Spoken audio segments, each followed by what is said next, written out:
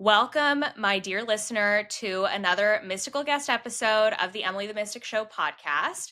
And for today's mystical guest, we are talking about a topic that is super near and dear to my heart and one that I haven't had on the show yet. So I'm so excited because I have selected a tarot reader who I just absolutely love for this episode. And I cannot wait for you to get to meet her. She's also doing a workshop for us in the Emily the Mystic membership. So definitely check that out as well. And that is Tori. Tori is a psychic medium and tarot reader living in the Pacific Northwest. She has a muggle job as a mental health therapist, but her true calling is providing spiritual healing. Tori loves all things mystical, including past life experiences, tarot cards, and astrology. And she's a Virgo sun, Virgo rising, and Scorpio moon for all of the astrology nerds out there. I love it, Tori. Welcome to the show. Thank you. I'm so excited to be here. And I know I already just introduced your astrology, but can you share with us just high level what that combination means to you in your life? Yes, definitely. It's funny because people never guess that I'm a Virgo. People always think I'm a Scorpio or a Pisces. And it's funny because Virgo's my chart ruler too, like Mercury. So yeah, I feel like the Virgo's a bit more hidden. And I think as I've gotten more into tarot and just mystical things, the Scorpio moon shows a lot. So I feel like I'm definitely more connected to the Scorpio side of myself than the Virgo. So that's kind of interesting. That's super interesting. I love to hear that. And yeah, I think it's so interesting too. One thing I'm really learning about myself as I get older, I'm in my early 30s, learning about how as we get older, our different aspects of our chart really start to come out, Yeah. and we meet new sides of ourselves. And it's just such a cool journey. Absolutely. No, I definitely agree with that. And yeah, maybe I'm just started my Saturn return, so maybe my Virgo will start to come out Ooh, a bit more. interesting. Yeah, Saturn and Aries. And what do you know what house Aries is in for Yeah. you? It's in the eighth house, so actually maybe that'll be more of my Scorpio stuff because I know, yeah, Scorpio rules that house, and yeah, I know it's about death, rebirth, transformation. So I'm excited and a bit nervous at the same time.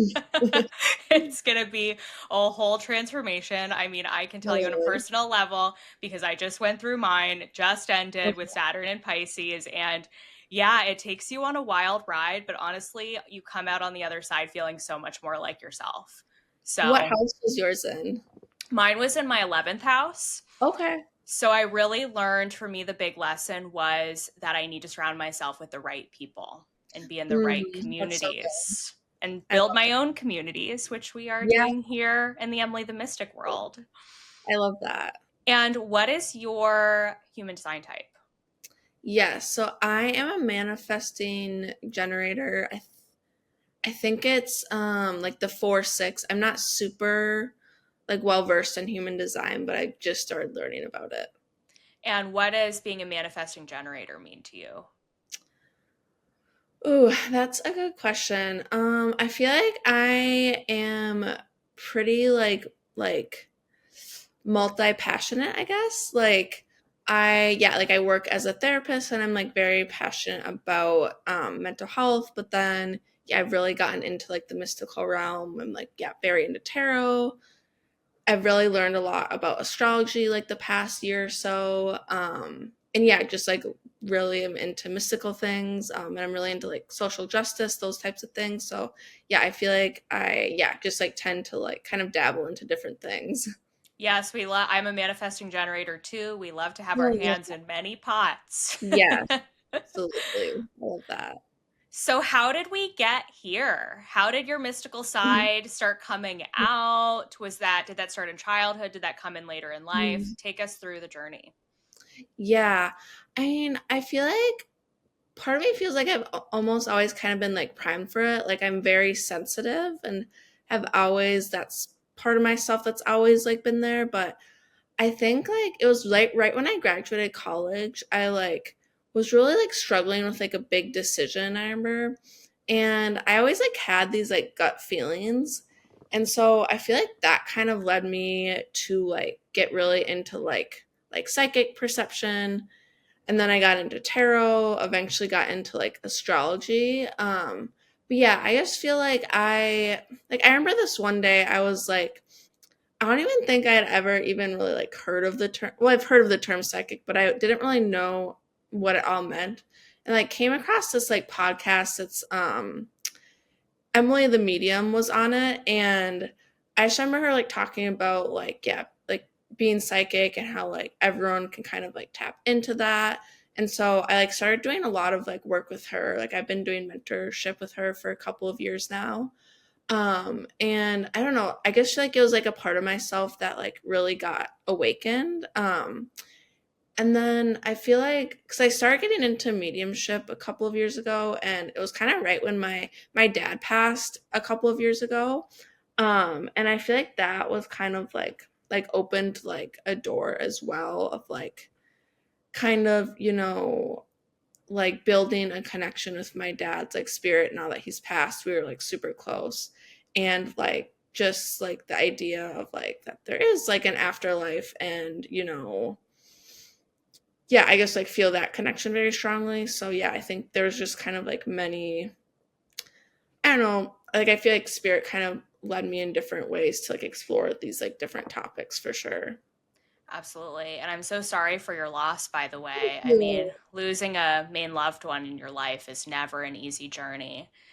And I would love to know too, as your mediumship gifts started Mhm. opening up, what were some of the first experiences or signs or moments where you started to kind of trust that this is real and I have this connection to the Yeah, other side? absolutely. Yeah, I feel like there's a couple of them. Like I started doing a lot of like practice readings in my mentorship, and I remember one time we weren't even doing like a mediumship reading, it was just like a psychic reading. And all of a sudden I just started to connecting to this person's like dad, and I don't even remember all the details, but like she's like, "You're talking about my dad right now." And it wasn't like I was even trying to like tap into it. But I think like I remember too, I was giving my sister a tarot reading, and she's a doctor, so she's not like super into the mystical world, and like but has like dabbled now just because like I do that kind of work. And I remember this was a couple of months before my dad died, and I was doing like a maybe like a 3 month ahead type reading. And I was like, oh yeah, in November, like there will be something that'll come up with dad's health. He had Parkinson's. But like, nothing too crazy. And that ended up being like the month that he died. Um, Wow. so I don't think it was like in my brain that like, oh, my dad's dying in November, but I think like somewhere in my subconscious, like I knew that like it wasn't gonna be good. Which is like kind of crazy to think about. And then most recently I was like in a therapy session with my therapist, and I was talking about grief, and I was crying and just really processing it. And all of a sudden, I just like saw my dad to my left. And it was like really interesting because he was like standing up really tall, was like really healthy. It wasn't like how he was when he passed. And it was just like he was feeling so much like joy. And like I've never, with like all the readings I've given, I've never like seen someone kind of like in like the I guess like the 3D or like Wow. yeah, like real life, I guess. It's more just like in my mind. So that was like really cool, and I feel like he showed up at that moment because he knew I was like really struggling. Wow. That's amazing. Mhm. Yeah. Beautiful. So beautiful to hear that. And I know because I work with clients who are just coming into their mediumship gifts, that one thing that can be really helpful for someone new who's exploring this side of themselves is to hear from people like you and me Mhm. how our gifts come through. So, can you explain to the listener a little Mhm. bit about the clear gifts that you work with and how you experience connecting with loved ones? Absolutely. I feel like clairvoyance has always been my strongest one, which I feel like now that I think about it makes a lot of sense because like I'm very like daydreamy type person. But yeah, it's kind of just like because sometimes when I like tune into like mediumship stuff, I like close my eyes and it's almost like just like images that like are somewhat diluted just kind of like show up, almost kind of like you're watching a movie, I guess, or like it's like someone's like painted a picture. um I do have like some clairaudience as well, and I feel like my other big one is clairsentience, like just kind of, I get like a feeling of something, and sometimes it's almost just like an idea comes to me as well. Like I feel like that for me is part of clairsentience, but I definitely feel like clairvoyance is like the biggest one. And I feel like too, when I was just starting out, like it was kind of, I think I had a lot of self doubt. I was like, oh, am I just like making this up? Like, am I making myself see these things? But I think eventually, especially like when I got into the flow of things, I kind of just realized like, oh yeah, no, like I did not try to think of that. Like that just kind of, spirit kind of delivered that for me. And when you first started working with your gifts, how did you start practicing? Did you start working with practice clients? Like, what did that journey look like for you with growing in confidence with your gifts? Yeah, definitely. So yeah, I worked with a mentor, Emily the medium, and she's been like really, really helpful. We would do like a lot of practice readings. I did some on my own. I don't currently, but I used to live in Minnesota, and there's a couple of shops that I would do like tarot, mediumship at. So that was, I think, really good, just like exposure and practice for me. And so yeah, I think there's just a couple of opportunities that opened up where I really, yeah, really got to practice it. And as a therapist, too, because you're Mhm. working with people on a daily basis, helping them navigate life, how do you keep a boundary with your therapy clients so that the loved ones Mhm. aren't visiting you Uh, during your therapy sessions? Or maybe they do yeah. visit you. Like, what does that look like? Yeah, I feel like with therapy in general, like you really learn to like compartmentalize, because people often ask like, how does that not like wreck you? How are you not like Mm, thinking about it all the time?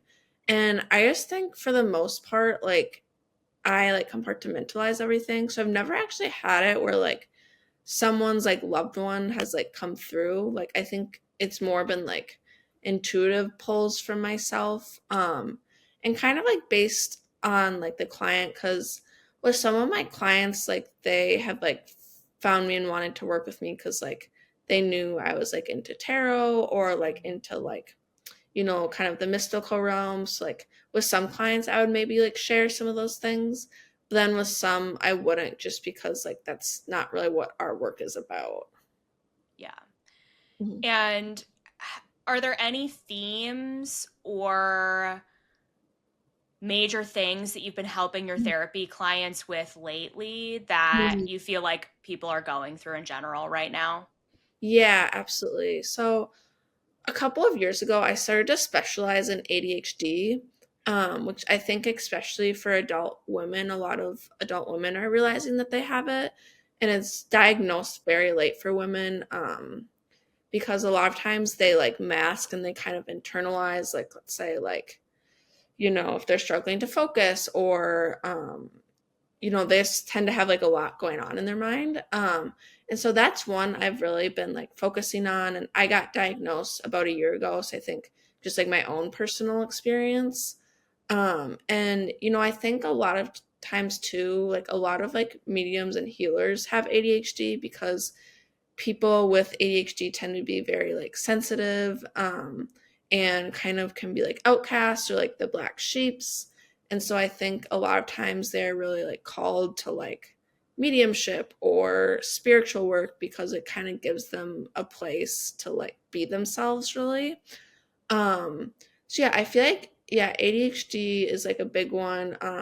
So I live in Portland, and um there's a lot of drug abuse in Portland, and so that's something I've been seeing a lot lately. And I think for a lot of people, it's just, they've been through, just horrific childhood trauma, and are trying to find a way to like cope, and they realize like this isn't the way like I want to cope. But it's, whether it's like like weed or harder substances. And so yeah, that's been kind of interesting too, of just like helping people like, build a different life for themselves essentially. I'm so glad you shared that because it's actually, so not surprisingly, a big part of my work too. I Okay. don't talk about this a lot publicly, but I received a Yeah. diagnosis an ADHD diagnosis when Mm, after I graduated from college, like in my very early yeah. 20s when I was really struggling in my corporate job and couldn't Mm, manage to get to work on time, and was just like having so disorganized in yeah. so many things. And it really taught me to understand how I think, and the fact that especially with women, we with ADHD, we think differently and we see the world differently. And so I love that you specialize in helping your clients with that, because I attract so many people into my spiritual business as Mm, well, who have navigated that journey. And a big part of it, and I would love to hear your perspective on this too, yeah. but a big thing that I help people with is often women with ADHD, they struggle with self worth Yeah. because of our early childhood experiences, maybe not necessarily fitting in the classroom, or being the daydreamer who couldn't couldn't focus in school, or was the artist and the creative. And so often we kind of feel suppressed, and our gifts feel suppressed because we can't fit into what society wants us to be. Yeah, thank you for sharing that. Yeah, I definitely see that a lot. And even like for myself, like I majorly struggled in school. Like I remember my mom would like do my homework until I was probably like 14, 15, because I just didn't really know what was like going on. And yeah, I think yeah, even as a kid, like I just felt like there was something like different about me, and like kind of felt like, why can't I do school like my siblings do? And like even yeah, when I started working as a mental health therapist, like a lot of agencies they want you to see like 30 plus clients a week, and I just couldn't do that with like, Wow. how my brain was. I mean, I don't think anyone should see that many people Yeah, a that's week. crazy. Yeah. So I kind of yeah realized like, I think there's something more here than like, because I was going to therapy for like anxiety. I think there's like something more. But yeah, I think too, like in my clinical work, like a lot of, yeah, especially women with ADHD, like they struggle to like maybe maintain like a full-time job. And so some of them, end up, maybe starting their own business or into more like creative work. And I think like the self-worth thing really pops up a lot too, because we end up like comparing ourselves to people who are like neurotypical, who don't have ADHD. And it can just be really like a hard like cycle, because it's like we're expecting ourselves to perform like a normal person. But it's just like we have to kind of learn how to like adapt to our brains, and kind of build a life that is like makes us feel good, instead of like trying to fit into this mold. 100%. And if someone listening is navigating this journey in their own life, as a practitioner, are there any tools or tips or things that you would recommend to help someone listening manage their mental health and feel better? Yeah, absolutely. I think that self-compassion is a big one. Like, so I think that when you have ADHD, it's like, you're so hard on yourself about everything. And I think True. to yeah, to remember that like you're doing the best you can with like what you have. Yeah. So I think like that's a big one. I think, if there's anyone out there who's like wondering if they have it, talk to your doctor or get like an actual like assessment, I think can be really helpful. And even yeah, if you're struggling with ADHD, I think like having a therapist who has it themselves or specializes in it can be really like life changing too. Absolutely. I think that's beautiful advice. I love that. Are there any common themes that you feel like intuitive women who are on this journey are struggling with right now, that and do you have any messages for anyone on this journey that maybe would help them see Mm, hope at the end of the tunnel with what they're feeling? yeah, Absolutely. I mean, I feel like, you know, just like trusting yourself and trusting your intuition is really important. I wasn't really expecting to talk about this, but like I feel like I don't know, I just feel kind of called to like so when I first got diagnosed, which was a year ago, I kind of got this like intuitive message like that I just kind of felt like meds were like ADHD medication was not the route for me. I like never really responded well to like caffeine, just my body's very sensitive that way. Yeah. Um, and probably like for the last year until probably like a month and a half ago, I was on these like medications. No one was forcing me to. I don't know why. I just thought that like I should. And I end up developing like really bad anxiety, panic, that type of thing. And so like I feel like yeah, people out there like don't feel like pressured to like go down a certain route if you find out you have ADHD because like I think ultimately you know yourself and like know your body best. And I think too is a good lesson for me of like to like trust myself cuz yeah, like that wasn't the route for me. Oh my gosh. Yes. And that brings up a topic that is so important that needs to be said, which is one thing I notice with Mhm. women in this category is that we are often so hypersensitive and our bodies are so sensitive to everything, whether Absolutely. it be food or other people's energy or your environment, Yeah. that that's a big part of this journey is learning how to navigate your own sensitivity Yes. and how to manage your energy and how to especially set boundaries and let go of other people's energy and also like what you Mhm. said, find the tools and the things that are therapeutic that support you that are meant for you. So for some people that Yeah. could be a medication journey, but for others that could be, at least for me, I love daily breath work or I love meditation. I love practices that help me go inwards but are also not super long. Yeah. I love practices that I can do for 10 or 15 minutes first thing in the morning, but that aren't going to take me hours to do either. Yes, I love that idea because yeah, I realized too, even like post medication, that just like slowing down is really helpful for me, and just like yeah, doing things like mindfulness and like this might sound weird, but like I'm really into like romanticy and like just like reading those types of books for me is just like I don't know, it's really grounding for me. I love that. Yes, that's such a good point. Slowing down. It's so funny because today I woke up early. I was kind of wound up, so I went to the gym, and I find myself when I'm at the gym, I'm kind of like hyper and intense, and I'm like trying to do all these Yeah, things. And today I was like, okay, Emily, we're gonna move slowly. We're gonna walk slowly. yeah, We're gonna do your workout slowly. yeah. And I found myself like feeling by the end of it, I was like, okay, I'm so much more regulated. I'm so much more Mhm. grounded, and I feel like that's such a big piece of advice is because it's hard for us to slow down sometimes, but being Absolutely. more mindful and aware of that can make a big difference. Yes, that's a good point. I recently realized like I'm into weightlifting, like that has been really helpful to like manage the ADHD as well. For sure. For sure. We have to navigate our energy. I mean, in the Yeah. manifesting, the other thing too is like, I feel like sometimes manifesting generator energy. I think there's a big correlation between that and ADHD as well. Because we Yes, just have so much going on in our brains and bodies. And yeah, the energy regulation piece of things is absolutely massive. But I agree.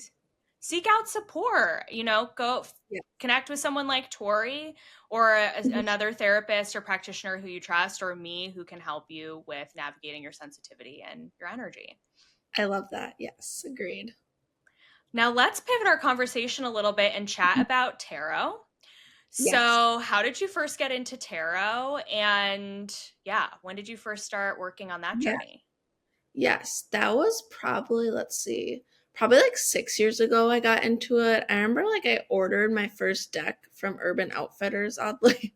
I don't know why I did that, but I remember, yeah, just getting my first deck. And now I probably have like 10 decks, but yeah, I don't know. I think I really like tarot because it's like all these different like archetypes and they like all the cards like showcase like just different like themes in life. And I feel like too that's like another just like grounding practice for me, even just like when I'm pulling my own cards, like just to kind of like tap into like what I'm feeling or just things that like I'm going through. And yeah, I think it's too just like a good way to like connect with other people. Like I've done kind of like mini readings for like friends or like at birthday parties, that type of thing. And I think it's something too like people are always kind of like interested in like, oh, what is that? Hmm. And I want to know your philosophy on tarot. So, what Mhm. I mean by that is, in your opinion, and then I'll share mine, how do you feel how do you feel that tarot works? Is it your subconscious Mhm. mind? Is it the Mhm. divine? Like, what are you feeling and picking up on when you're pulling cards? Mm. I feel like that's a good question. I've never thought about it that way. I think partly it's your subconscious mind. I think partly it's like intuition and like your psychic perception. But yeah, I think that's something I have to think more about, but I would love to hear your perspective on that. Yeah, I mean, I think it's a combination because I Yeah. think that like tarot can be such a mirror, for Yeah. what you're thinking about and what you're aware of, and like you said, your Mhm. perception. But I also think that there's a divine influence to it as Definitely. well that is helping us see the blind spots that perhaps we weren't able to see before. Yeah. I feel like too almost when I'm reading for other people, it feels more that like the divine stuff. And then I feel like almost when I'm reading more for myself, it seems more like my subconscious mind. That's a good point. That's so true. Yeah, sometimes it's hard to separate your own emotions For when you're with sure. yourself. And do you like using tarot for predicting the future, or what are your thoughts on that? I do. Yeah. Like even for myself, sometimes I'll draw like, oh, like what's coming up in, June, for example. So yeah, I definitely, think it's fun to do kind of, yeah, like the future stuff. I think it also can be helpful, like, you know, navigating like the present moment or like shadow work. Or even like I've used it in like therapy sessions before of like, an issue that a client's dealing with and like, what is like the block and how do I move forward? So yeah, I think there's many different ways to kind of utilize tarot. Do you have a favorite card? Oh, I love that question. I would say, hmm, I'm gonna do one for the major arcana and then one for the minor. Love it. Like, the Wheel of Fortune, I always like really like. Ooh, Always a good good one. answer. And then for the minor, I've really been into the Two of Cups lately. Like I Yeah, like love and yeah, I guess I don't know, I like that card. It's like two people coming together, like merging energy. Like I don't know, I just think it's beautiful. I love that. Those are such good examples. I'll have to let's see. Emily the Mystic's favorite tarot cards. Yeah. I would say it's a tie between the sun because I feel like that card encapsulates my essence, who I am. Absolutely. I was just thinking that. And also I love the high priestess, of course, because like Mhm. that's who we are, that's sort Yeah. of what we do. And then for minor arcana, the first one that comes to mind for me is the Three of Cups because I love that it sort of represents a party and like a good time and Mhm. spending time with people that you love too. I love that. Yeah. No, the Three of Cups is good too. Just like friendship. I love that. I know that getting into tarot can sometimes be a little intimidating for someone new because there's so many cards, it's a lot to learn. So do you have any guidance or recommendations for a newbie? Ooh, that's a good question. I would say like to take your time because it is a lot to really like learn. And I think just like practicing, even if it's just like every day, let's say like you draw a card and like kind of like, like what does this card like invoke within me? Or like even just like looking at the imagery and like what does that remind you of? Or like when you draw a card, like do you have any initial like intuitive hits? I think that can be really helpful. I know there's different books out there and I have a couple, but I've never really found books to be like that Mm. helpful with learning tarot. Like I think more than anything it's just like practice and like yeah, just kind of like sitting with what comes up for you like as you're like working with the cards. Definitely. I would so agree with that tip. I think for me, pulling a card for myself every single day and then writing it down in a journal. And as I Mhm. would go through my day, I would reflect on what does that card mean to me versus what am I seeing other people, like, or what is the internet's interpretation of this specific Mhm. card? It was just really fascinating to do that and then to develop my own sort of personal connection to the cards and their meanings. And then Mhm. actually, I have to say that after a while, I had to stop that practice Yeah. because pulling the card first thing in the morning, I was finding that it was influencing my energy too much for the day, Oh, yes. especially for a card that I was perceiving as negative. So I no longer do that Mm. practice, but it's a good way to That get started for sure. definitely. Yeah, I think that like I think sometimes I can like or other people can like overuse tarot where it's like you're utilizing it like too much. And yeah, sometimes like it's like, oh, if, let's say you pull like the 9 of swords, it's like, oh great, am I gonna have a spiral today? Oh my god, there was one day where I pulled the 5 of cups, which is like a card of disappointment, and then I had a crazy incident with someone in a parking lot who got really angry with me after that, and I was like, "Oh my god, I'm like never I'm like I'm not doing this practice again after that." But it taught me the meaning of the Yes. card, so it Yes, is yeah. what it No, is. I've had some pretty crazy experiences with tarot, so I get that. Anything that comes to mind that you want to share? Yes, actually, this is yeah, quite the story. I'll preface with I'm sorry to the cat owners. Oh God. So basically what happened is so I have this close friend. Her birthday's on April Fools. She came home and her cat was like stone cold dead, super Oh sad. no. Oh. And on her birthday, April Fools, it was Oh like a whole my God, that's horrible. Jeez. yeah. And a couple weeks later, I was reading tarot at my sister's bachelorette party. And one of like the gals I was like reading for, she was talking about her cat. And I was like, told her this like story. I was like, oh, my cat's friend like randomly just like died, a couple weeks ago. Like, isn't that so crazy and sad? She's like, yeah, wow. That night, that woman's cat died. It was just like insane. Like, I was like, did I make this cat die or did I just know that the cat was gonna die? Like, that was like the most like I feel like it just felt like how people like who don't know anything about tarot like perceive tarot to be like this scary thing. Yeah. But yeah, that was like wild. That is so wild. And what did you learn from that experience? Like, what did you take away from it?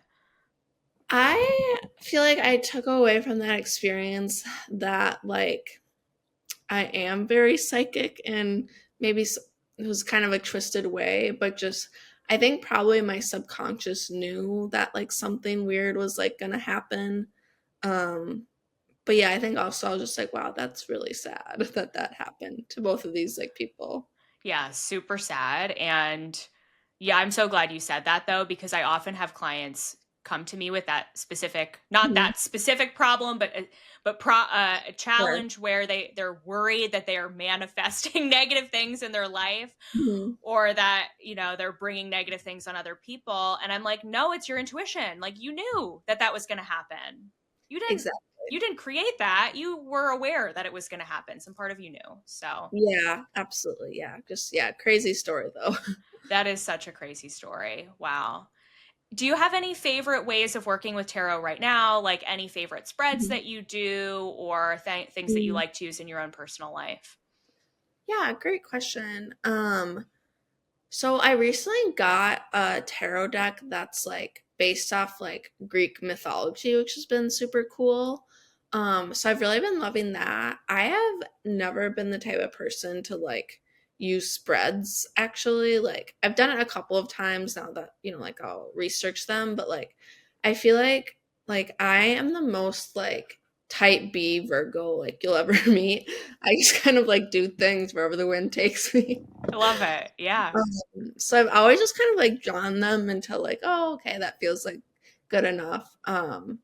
So I feel like I've never used like a lot of spreads. But I feel like one thing that's like important for me is like I try to like clear out the energy before like I'm using the deck. Just, if there's any remnants of like the last reading I did, things like that. And I think too, like I've been kind of like using tarot lately to like tap into like the emotional side of myself. So kind of like using it as like a self-care or like shadow work practice, I feel like has been like really powerful versus like what's gonna happen next month. Totally. Absolutely. Anything specific that you're doing for the emotional practice that could be helpful for Mm, someone? yeah, definitely. I feel like I've been just trying to like sit with my emotions recently. Like the topic of like emotional regulation is like I think really important to me as like a therapist, but also just like as a person. And like I think with ADHD you tend to have big emotions, and I have a Scorpio moon, so that's a lot Yes. of emotion. True. So I think just kind of like sitting with my emotions and like hmm, And how do you use tarot with that? Hmm. I think a lot of times, like, I will, like, just ask tarot, like, what do I need to know about my emotional health right now? Or, like,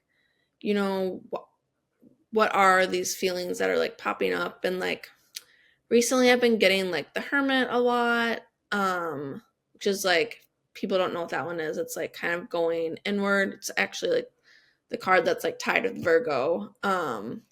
And then I recently been getting the Hanged Man a lot, which like just like be patient, which is like hard if you have ADHD. You just want to like do. I know. Yeah. Yes. So yeah, I feel like I think I can just you can also like just like tie certain cards to your emotions. So like anxiety, I feel like a lot of the swords cards. I feel like I've been going through like a death slash rebirth. So obviously like the death card or like the tower is like kind of cool to like just like tie different cards to your your emotional health. I love that. That's actually so beautifully said. And yeah, that's I just such a cool example and helpful to hear too. I think sometimes we can have a hard time putting a label on our feelings and understanding what we're feeling. So having tarot be a mirror for Mhm. what's coming up for you and pulling a Mhm. card to help define it, I think can be a really beautiful healing experience. Yes, I love that for sure. When it comes to pulling cards or shuffling your Mhm. cards, do you have a specific method that you like Mhm. to use that resonates with you? I would just kind of like shuffle them a couple of times and then like I don't even know how to describe it, but I'd like do this like shuffle kind of like until like a card came out, or like I just kind of felt called to draw a certain card. But recently I've been like putting them into like three piles and then kind of like choosing the one that like I feel most like drawn to. So I've been kind of liking that. A friend of mine taught me that one recently. But yeah, I think I just kind of do what I feel like intuitively like pulled to do. And I think that's really like encompasses how like I approach tarot is like just like, the intuition is like in the driver's seat. And like two, I think something I feel like called to like say is like, you know, if you're like let's say you're like asking tarot about something and like you pull a card that just like doesn't really resonate with the situation, um that doesn't mean like you have to utilize that card. Like you can just be like, okay, yeah, that's not for me at this time. Mm. um so Hmm. yeah, I think just like letting using self-trust and intuition is like the most important part. That's so important. I'm so glad you said that too. I know. I sort of change up the way that I do it too. Sometimes I like to Mhm. scramble the cards Yeah. together and like see which one pops out. Sometimes I like to do a little overhand shuffle and see what pops out. Sometimes I like to fan them out and pull one. So, Do you have yes. a favorite deck? You know what? I actually have a deck that is a Christmas themed, it's a Oh, Yule tarot deck. And I cool. use it all year round because I it love really, the vibration of it just really resonates with me. that. So, I do, love that. do you have any guidance for someone who wants to pick a tarot deck? Yeah. I I would recommend actually starting with the Modern Witch Tarot deck. Yes, me too. Yep, I love that one because it's like based off like the traditional like tarot, and like I think it's also very like just like modern and like has there's a lot of diversity in the deck, which I think is kind of cool. But I think too just like which ones you feel like called to like intuitively, I think is another good way to go about it. absolutely. That's where I started too. And then I found that I was having a hard time shuffling the cards because the cards are so thick. They are. So I found my way to other decks, but it's a really good place to begin for sure. I love that. Absolutely, for sure. And I also know that you love working with past lives. So, Yes. how has that journey been unfolding for you? Yeah, so in my mentorship, I recently started, yeah, tapping into past lives. And yeah, I feel like so I think it started actually like 4 years ago. I kind of went through this like how would I describe this? Like a very big like mental health episode and just like with anxiety and such. And my mentor had like told me to kind of like tap into past lives. She's like, there might be something like there that, you're not consciously aware of. And so I remember doing that. And what I kind of like saw or felt was that like in a past life, like I experienced like a very big like mental health issue, and like people thought I was like crazy, and I was kind of like exiled to like a mental hospital, or just like people thought I was having a psychotic break. And I was just very like shunned by like society, by like my family at that time in that life. And so I almost feel like I got into this work in this life and have ADHD because like I am supposed to like destigmatize mental health, and like even make it more like approachable within my own family unit. um and it's just, yeah, it's like a big part of my life, like obviously it's my work and stuff. So yeah, I feel like I really experienced like a huge like mental health thing in a past life, which has like led to like the work that I'm doing now. Damn, I'm so glad you said that because that was such a mirror for me. Yeah. I'm so glad you shared that specific example because Mhm. recently I've been listening to my own self talk and I've been saying things like, my life is crazy. This is crazy. I'm Yeah. crazy. Like, how am I Yeah. experiencing this? I'm going crazy. And there's definitely some past life medicine for me to tap into. So I'm so glad you said that. Yeah, absolutely. And yeah, so I think just a lot of things I've gone through, like emotionally, is, tied to a past life. And, it's a hard, I guess, like, I guess say like karma to be like dealt, but I think like there can be a lot of like healing within that. And like, yeah, I think I even just remember like the first time I went to therapy, like that feeling so burdensome. And so I think like, yeah, when you tap into past lives, like there's just a lot of healing for your present self. And so yeah, I, recently started doing like some past life readings, and yeah, I just feel like there's something so like powerful about that. Like, because yeah, I do tarot and I do mediumship and I like doing those things, but like I think for me, like past life work, it just feels so much like deeper and like monumental in some way. Definitely. Yes. And do you help clients with that through sessions in your Yes. spiritual business, not in therapy? I Yes. mean, Yes. Definitely, yes. Like I remember like doing some like even this one client I had, like she was going through like some health related stuff, and I was like curious if there was like past life experiences within that. And I think too, like doing past life readings, like kind of sometimes the things that you find you don't really expect Yeah, to find. It's like you just like don't really know until like you do it, honestly. And so yeah, I think it's just like really powerful to help people like clear blocks, or even, kind of can help people like just tap into a more like confident version of themselves. And yeah, it just like feels cool to like, oh yeah, like you're literally going into like a soul's like past experiences. definitely. For sure. Yes. For anyone who wants to dip their toes into this work and maybe hasn't Mhm. yet, do you have any guidance for them? Mm, that is a good question.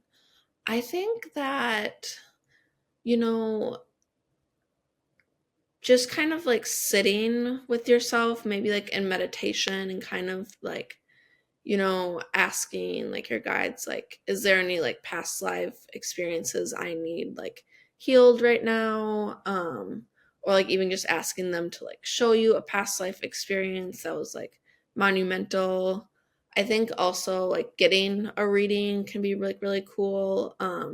Like especially if you have like a present day issue that, you just can't seem to like break, or like can't seem to find momentum in, whether it's like a health issue, like a mental health thing going on, relationship blocks, etc. Like, yeah, I just think that like, not that it has to be the only thing that you do, but like I think it can be like, I don't know, just like a healing experience. I couldn't agree more. And I think the intention is everything, because sometimes people want to do past life work just because they're curious of what the past life is. And that can be Yeah. fun, but it's also more, it's so much more powerful when we're bumping up Mhm. against something in our present day life that's creating resistance, and going Yes. into the past life to find out why we're feeling the way we're feeling can make all the difference. Yeah, absolutely. Like I remember one of the first psychic readings I ever had, like I wasn't even asking about past lives, but I was asking about like why, like I was like I've never been in a romantic relationship before, and so I was asking about that. And she was like showing me how like in this like past life, I I got married, the husband died, and so I spent the rest of my life like looking out the window, like waiting for Wow. for my next husband to come, or for love to come into my life. And that was, yeah, just really resonated because it's always kind of been this like waiting energy. So I think, yeah, just like you find like just like the coolest experiences that sometimes can be like painful to witness, but like ultimately like very healing.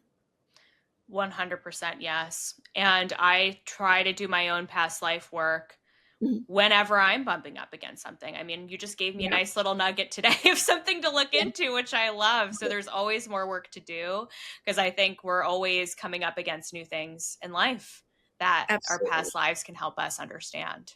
Totally. Absolutely. Is there anything we haven't talked about today, Tori, that you feel called to dive into or share? Oh, that is a good question. Yeah, I mean, I think we did touch on this a lot, but like, yeah, I guess the thing that's just coming to me is like, if you're like, yeah, like someone who's going through like, a mental health journey, and are also like intuitive, like I think just like tapping into your own spirituality, intuition, your gifts, like I think can be really helpful for like your mental health, and like just give you like a new sense of like meaning. And yeah, I just think like, to like just kind of thinking about when we kind of briefly touched on like, or maybe this was before we got on the call, but we were talking about like Saturn returns, and like, letting the rebirths happen, letting the expansion happen, and letting things kind of like fall away that need to, because usually like something more like beautiful and like enlightening will like pop into your life. Definitely. I could not agree Mhm. more. And just really surrendering to the journey, because sometimes Yeah. we're gripping on so tightly to the things that we need Yes. to let go of. Mm-hmm. And we need to be open to those tower moments for those things to be taken away from us and our path that are not aligned with who we're becoming and where we're going, for sure. I love that. Yeah, just the idea of like, yeah, just gripping on so tightly. I think that's something I even resonate with. Like, if things aren't happening at the pace we want them to, Yep. I think, yeah, we can, our inclination to can be to just like grip on. And like sometimes we just need to like free up the space and then things flow a lot better. Yeah, and I feel called to say too with ADHD that sometimes our nervous systems get so wound up and we get Yeah. anxious and we get ourselves super Mhm. worked up and our brain is going a million miles a minute and then we can't sleep and we don't want to eat anything and like that when you get into that place you get it. And I think when we're living our life from that energy, that dysregulated energy, it can, and there's nothing wrong with it because that's Mhm. part of how we're wired, but when we're always in that state, it can make it challenging to be open to your intuition, to your higher self, to the downloads and your spirit guide team Mhm. that want to come through. So it's about softening and learning how to Mhm. open yourself up and learning how to slow down and Mhm. relax. Absolutely. That can really make all of the difference. No, absolutely. Yeah. And I appreciate you sharing like your own journey with ADHD. Cause yeah, I think, a lot of healers like definitely, have it and like, yeah, it just like brings more awareness. 100%. Yes. And we need to talk about it more often. So I'm so glad you brought that up. And I'm so glad we had this conversation on the show today. Yes. No, it's been lovely. And can you share with the audience where people can find you and how they can work with you right now? Yes. Yeah. So you can find me on Instagram. My handle is the intuitive Tori. And yeah, ways you can work with me right now. So I offer tarot readings, mediumship readings, and past life readings. And then I'm thinking about offering a few more like workshops in the future, just related to tarot, combining that kind of like with mental health as well. And if you live in Oregon or Minnesota, you can also see me for therapy. So if you're a spiritual person or you're struggling with ADHD, yeah, those are some of the things I work really well with. Cool. Tori's your girl. I love that. I wish I lived there. I'm unfortunately in Pennsylvania. So Yes. the therapy laws are not helpful with that. And Tori's going to be teaching us a mini tarot workshop in the Emily the Mystic membership. So we are so excited to get to learn from her on July 22nd at 5 p.m. Eastern. So join the membership so you can learn more from her. And if you're listening to this episode after the fact, after the workshop, you can still get the recording in the membership. So can't wait for you to experience that too. I'm excited. Yay. And of course, to wrap us up today, Tori, we have to talk about being a mystic. So, Yes. what does being a mystic mean to you? I love that question. I think being a mystic to me means listening and following to my intuition and just using almost just like simple rituals to just elevate my energy and connect to myself each day. Love that. And any final tips for living a more mystical life? Oh, I love this. I've been tapping into spell work recently. So Ooh, yeah, something I would recommend, whether it's just, you're starting with candles, getting some herbs. Yeah, that's been really fun for me. magical. You do all of the things. All the things. I love it. Yeah, so find Tori on Instagram and get a reading with her. And thank you so much, Tori, for coming on the show. Yes, no, thank you so much for having me.